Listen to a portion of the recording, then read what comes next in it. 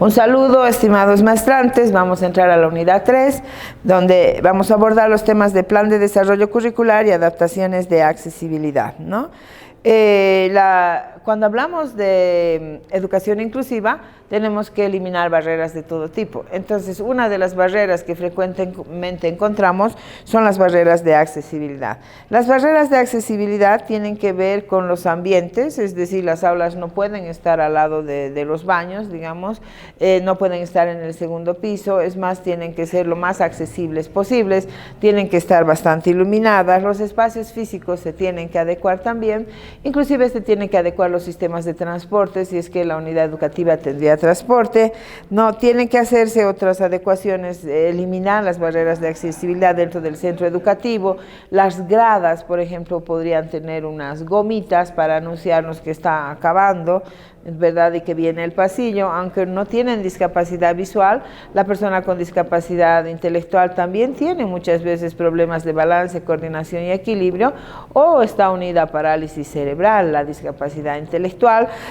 También tendríamos que hacer algunas adaptaciones de mobiliario, por ejemplo, o tener algún espacio en el aula si es que la persona con discapacidad intelectual presentaría crisis epilépticas. Tenemos que ver que a mayor daño, mayor discapacidad, pero también mayores condiciones orgánicas asociadas. Es decir, si la discapacidad intelectual es mayor, también hay el riesgo de que tengan crisis epilépticas y para eso tengo que tener un lugar. Entonces tengo que ver todo eso. Ahora, lo ideal sería que cuando ingrese una persona con discapacidad intelectual al aula, nos informen a nosotros como docentes de diferentes materias de las condiciones de salud de esta persona. Es por eso que en el módulo 5 veíamos la evaluación según el sistema de las 5 dimensiones, ¿no?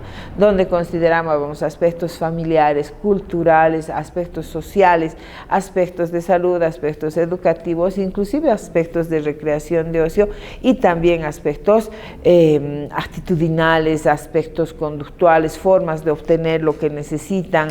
Muchas veces cuando las condiciones de aula no son comprensivas, no llenan sus requerimientos, estas personas pueden empezar a generar conductas para llamar la atención de forma negativa. Entonces tengo que hacer también esas adecuaciones de accesibilidad en la disposición de las aulas, cuidar mucho lo que es la iluminación, porque también les decía, a veces hay mucha asociación con problemas visuales y nosotros cuando vemos, lo que vemos es un contraste de luz y sombras. A ellos a veces les afecta mucho la luminosidad, tengo que tener en cuenta eso, y también material de aula. Ahora, no tienen que imaginarse un laboratorio para incluir a una persona con discapacidad intelectual. Bajo el principio de normalización, básicamente con lo que tenemos, ¿sí? Simplemente los recursos que necesitan para equiparar oportunidades. No necesitamos hacer, a un inicio nosotros pensábamos que había que construir verdaderas cápsulas, laboratorios como espaciales para que entre una persona con discapacidad y todo el sistema movilizarse. No es así. Hoy en día se trata de que sea lo más normal posible, que haga uso de todo lo que todos usamos en la medida de lo posible, bajo un principio de diversidad también, de respeto a su diferencia, ¿no? Pero para mí el problema fundamental de accesibilidad no es el problema de las barreras arquitectónicas en realidad. Para mí, según la experiencia que tengo, es todavía el problema actitudinal. Pero este problema actitudinal deriva de los esquemas mentales que nosotros como seres humanos tenemos.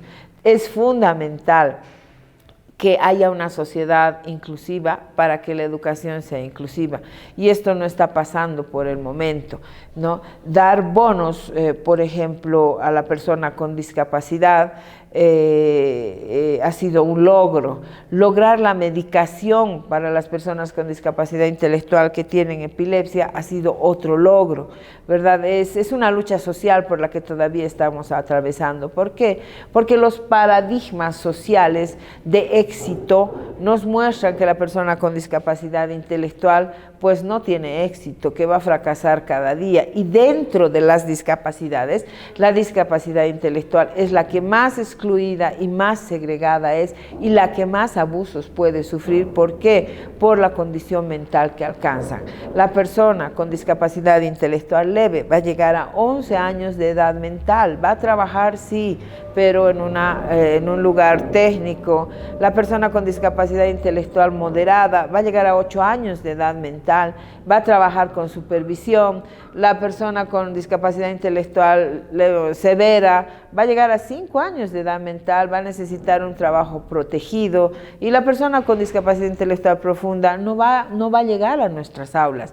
Necesita atención domiciliaria, cuidados en independencia personal. Entonces son personas básicamente que han luchado por vivir, luchan mucho, tienen un pensamiento, su estilo de memorias, de momentos, se olvidan mucho lo que ha pasado antes, por lo tanto es muy difícil tener conocimientos previos para hacer el currículo en espiral, para construir aprendizajes. Su memoria es muy de a momentos, la evaluación tiene que ser procesual, tiene que evaluarse cada clase, etcétera, pero también tienen cualidades. ¿Quién de nosotros no quisiera tener esa memoria? Me pasa algo en este momento y a las 2 horas me he olvidado y yo le hablo igual y sigo igual, ¿verdad? Eso es valorable. La lucha que tienen ellos por vivir desde el momento en que han nacido con hipoxias, con anoxias, han tenido evaluaciones, han sufrido cirugías, etcétera, que hacen que estas personas realmente sean dignas de ser valoradas. Yo he trabajado mucho con ellos, yo los llamo mis maestros de vida, porque con ellos yo he aprendido desarrollo humano, pues son un libro abierto. Ellos desarrollan punto por punto lo que nosotros desarrollamos a grandes pasos, ¿no? Y ellos son personas que nos pueden enseñar, y básicamente les decía, tenemos que cambiar nuestras barreras mentales. Estas barreras mentales lamentablemente se construyen de lo social. Si la sociedad no es inclusiva, si la sociedad es excluyente, si la sociedad permite, por ejemplo, marchas, crucifixiones de personas con discapacidad, no es una sociedad incluyente. Entonces no puede haber una sociedad inclusiva y no puede haber una educación inclusiva. Entonces son cuestiones en las que tenemos que reflexionar. Hablar de educación inclusiva no tiene que convertirse en una filosofía, sino más bien en una praxis, y esta praxis se va a dar en la medida en que yo cambie mis esquemas mentales para que estos se expresen en esquemas, en eliminar las barreras actitudinales. Bueno, dentro de las estrategias didácticas, les he puesto así muy generalmente estrategias. Hay recursos experienciales directos, ¿no?, que podemos utilizar en cualquier momento, dentro y fuera del aula, que tienen que ver con la experiencia directa del alumno. Si quiero enseñarles la planta, traer una planta. Quiero enseñarles medidas, mediremos, necesitaré 1 metro, balanzas, etcétera, ¿no? O hacer excursiones. Esto es experiencial. Tenemos también recursos estructurales propios del ámbito escolar, por ejemplo, las bibliotecas, donde puede haber audiolibros, donde puede haber títeres para enseñar lenguaje, pero áreas específicas que tengan la misma unidad educativa.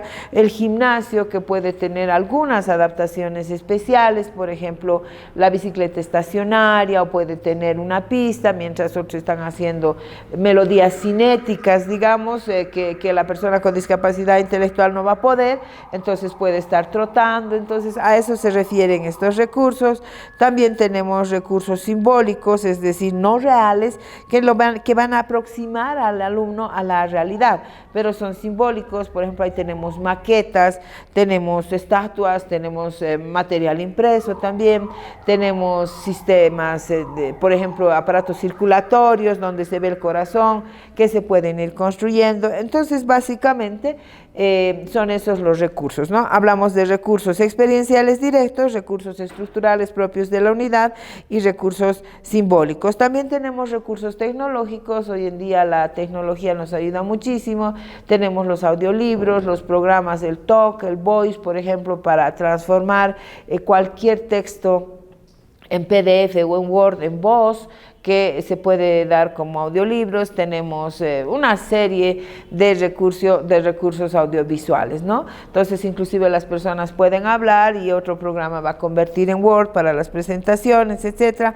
Esto es dentro de las estrategias, pero yo creo que lo fundamental son las estrategias de cooperativas, las estrategias de unir a las personas del aula, ¿no?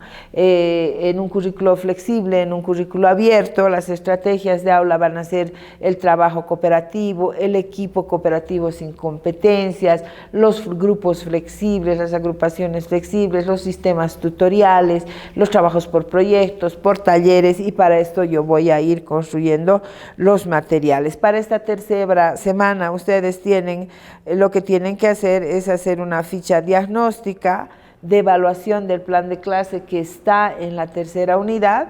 Ustedes como maestrantes van a tener la maestría, entonces tienen que ser expertos en diagnosticar si la clase es inclusiva o no. Les he puesto un modelo en el módulo que no es perfecto, ustedes lo pueden mejorar, no está validado, es simplemente una idea que yo tengo. Les he puesto esa ficha diagnóstica que evalúa el plan de clase con adaptaciones y los elementos curriculares de los estudiantes con discapacidad intelectual. Lo que ustedes tienen que hacer es aplicar este modelo en 5 aulas, de 5 a 10 docentes, o sea, tienen que entrar a 5 o 10 clases y aplicar esto ustedes y fijarse si el aula está tornándose realmente inclusiva y si incluye la adecuación curricular y si esta es llevada a cabo. Entonces, en base a estos resultados, ustedes van a escribir un artículo. El artículo tiene que tener el título del proyecto, un título creativo. Debajo ponen un antetítulo que puede ser muy original, que puede ser aclarativo. Después ustedes ponen sus datos personales, su correo personal, sus grados alcanzados, y luego ponen el resumen. El resumen del artículo es traducido en el Google y se convierte en un abstract en inglés, ¿no? Y el marco teórico que sustenta las adecuaciones curriculares, ¿no? Y el marco práctico con gráficos para cada dimensión observada, es decir, competencias del ser, competencias del saber, del decidir, se da la adecuación, qué tipo de adecuación.